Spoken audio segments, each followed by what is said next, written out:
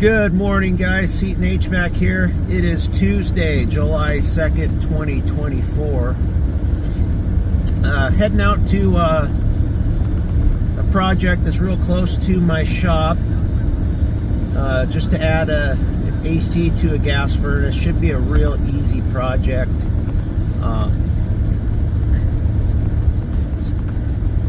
Got my brother helping me, so God help us there. Should be interesting. I'm gonna try to get you some video on it, and hopefully things don't go south. That's all I'm gonna say about that.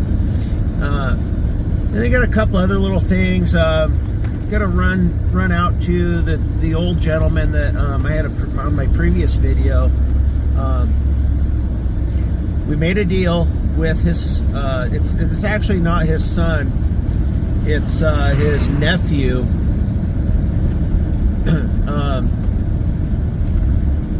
Came through. He's going to do the right thing, and I really am happy about that. So we're going to be putting in a new heat pump for him. I'm going to supply the equipment, and he's going to take care of some of my labor, so we're able to get the job done for him, which I'm really happy about. But we're going to run out there this afternoon after this air conditioner is installed and get him a portable AC. I only got one I can give him. I got another one back from a customer this yesterday, so I'm able to bring that out to him and at least get it in his bedroom so he can sleep at night.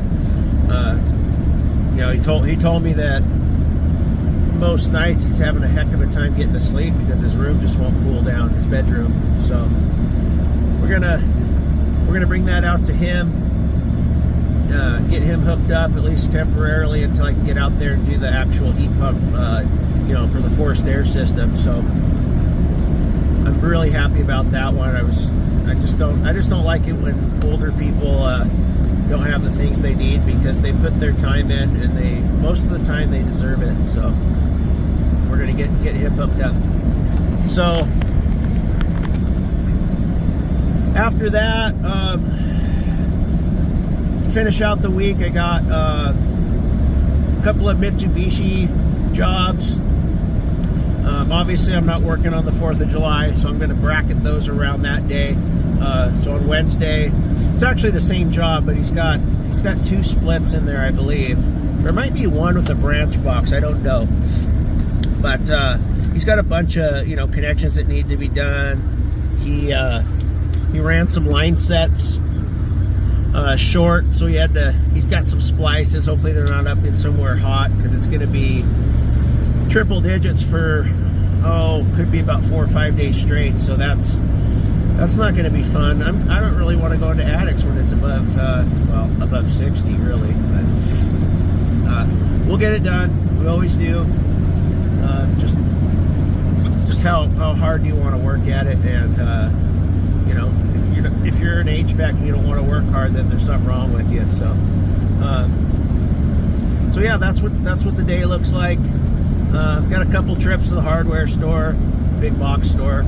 I gotta stock up on PVC and wiring, you know, little consumable type stuff. So you know, it's the day in the life of an HVAC contractor slash secretary. So I'll try to get you some shots today. I'll talk to you in a little bit. All right. So we have the doors on the new coil. Probably just going to use the top of the door for the old one to fill in that spacer, and we'll have this thing installed. I'll show you what that looks like. All right, so we got the filler piece in, just mastic taped on there. Looks fine. I silicone the gap between the furnace and the coil, so it'll work just fine. Waiting on some parts for the refrigerant lines and some line hide, and then we'll continue on.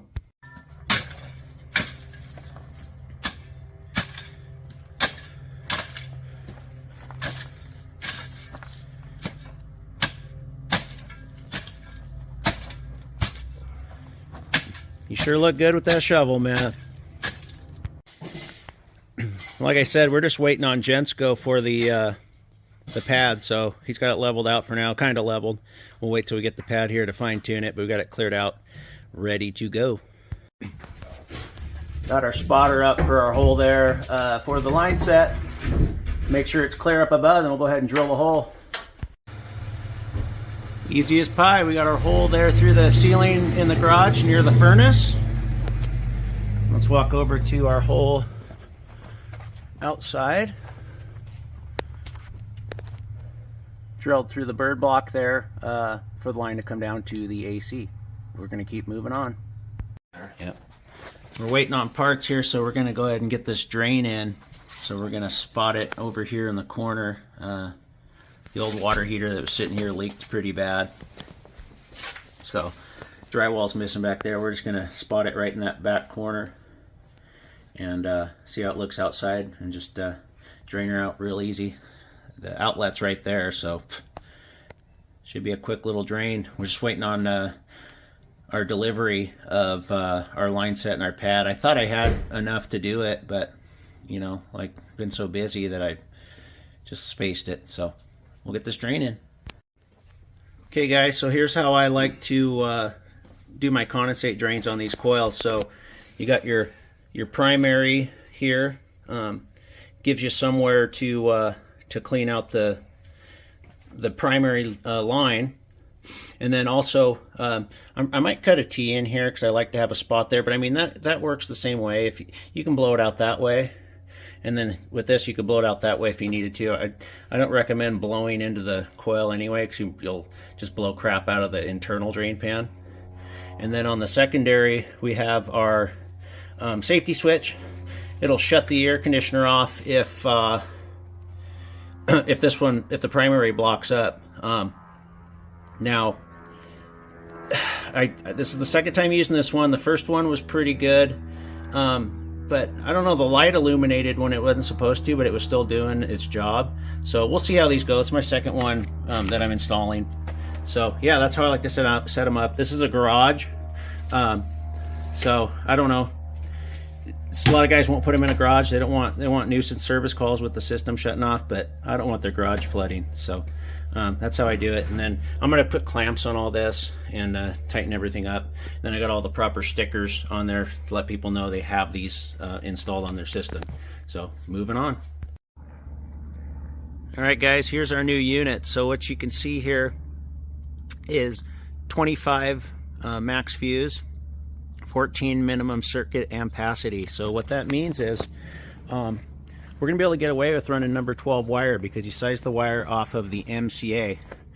He's going to come down through my hole there. So what he's going to do is he's going to run number 12 for that guy, 30 amp breaker, and then he's going to fuse it down in the disconnect to 25 amps. He has 25 amp fuses. So if you want to know how to size wire for these, and the circuit protection, you can put any breaker you want in the panel. Just make sure you fuse it down at the disconnect, and then size your wire per the MCA. Just had a discussion with them, so I thought I'd cut in and go over this with you. So we're getting our line set pulled here. So in typical Jensko fashion, they brought me the wrong line. So they brought me the old stuff with the insulation that tears, and a retrofit that just doesn't work. So what I had to do is take my white duct tape, and I actually wrapped this by hand, and I'll wrap the rest. Whatever has to go up in the attic, I'm gonna wrap, because I can't have this stuff tearing on me. All right guys, so the line's through. If you see the way that line's torn up there, it's got cuts in the tape. If I were to use this garbage here that they gave me for new construction, I'd be all torn up, and it'd be worthless. I'd have to go up there and tape it while it was up there. So it's little things like this that irk me, the distributor's messing up stuff. But we got her through there. I'm going to put some bend there. We're going to have a piece of line hide coming down here to the unit, and then over here we got our line down through, all taped nice so it's not torn up, and then we'll make that up. Okay, we got the line down through in our line hide cover, and just got the ends taped right there. We'll come back, set the pad, set the unit, braze it in. We're going to jump inside because the electrician needs to get here to mount his disconnect, so we'll get out of his way for a second. All right, so I got the inside all brazed in. This tried to pop out on me. It was kind of a struggle because but I had my brother pull it up. It's brazed good. It's solid. It just looks a little ugly. It's going to get covered. It's with the insole tube. And then I put the filter dryer inside, arrow towards the coil like it's supposed to be. I'll straighten all this up. It'll look nice when it's done. Just a rough in stage. And then let's go over here to the outdoor unit. So I got that all piped in. Got my wet rags on there. I don't use that putty stuff. This works just fine. Got nitrogen flowing through there. Let's braze them up. All brazed up, ready for nitrogen. Okay guys, got everything all cleaned up here. Drain's all done. I showed you that already. I got my secondary switch in there. I went ahead and just wrapped this whole thing with my white duct tape and wire tied it up real good. I'm going to seal that hole up there. So, looks pretty good. Filter dryer on the inside. It's solid. It's just an AC add-on. Don't look at that ugly old furnace there. Outside, I did the same thing. I went ahead, anything you can see outside the line hide, I went ahead and did the white tape because I hate that black stuff. And it doesn't hold up to the weather. So everything's all wire tied up nice. Cleaned up the electrical a little bit, and then I'm going to go ahead and put my cover on that and seal that hole up there. All right, she's up and running. Purring like a kitten. I have a 22-degree split, 10-degree subcooling. I don't really like the train charging charts because the pressures and temps never line up the way you're supposed to. I just went ahead and weighed it in and then double checked my temperature drops and made sure my subcooling was on 10. I still got to put some locking caps on there. I'll do that once I'm done videoing here. But turned out nice. It's a run true. I mean, it's not what I normally put in, but they work great. I mean, I haven't had any trouble with any of them, even back when they were the Ameristar units. So, got my line hide all sealed up and in there. So, I think it looks really good, and it works good. I mean, it's going to cool the house down. I know some of you guys will say that these are cheap and they'll break, and you know, everything's like that anymore. I quit putting the reams in because they kept breaking. And now I'm going to quit putting in the Vision Pro 8000 thermostats because they're junk. They've been junking on me. This one got a T6 Pro, which I've had no issues with.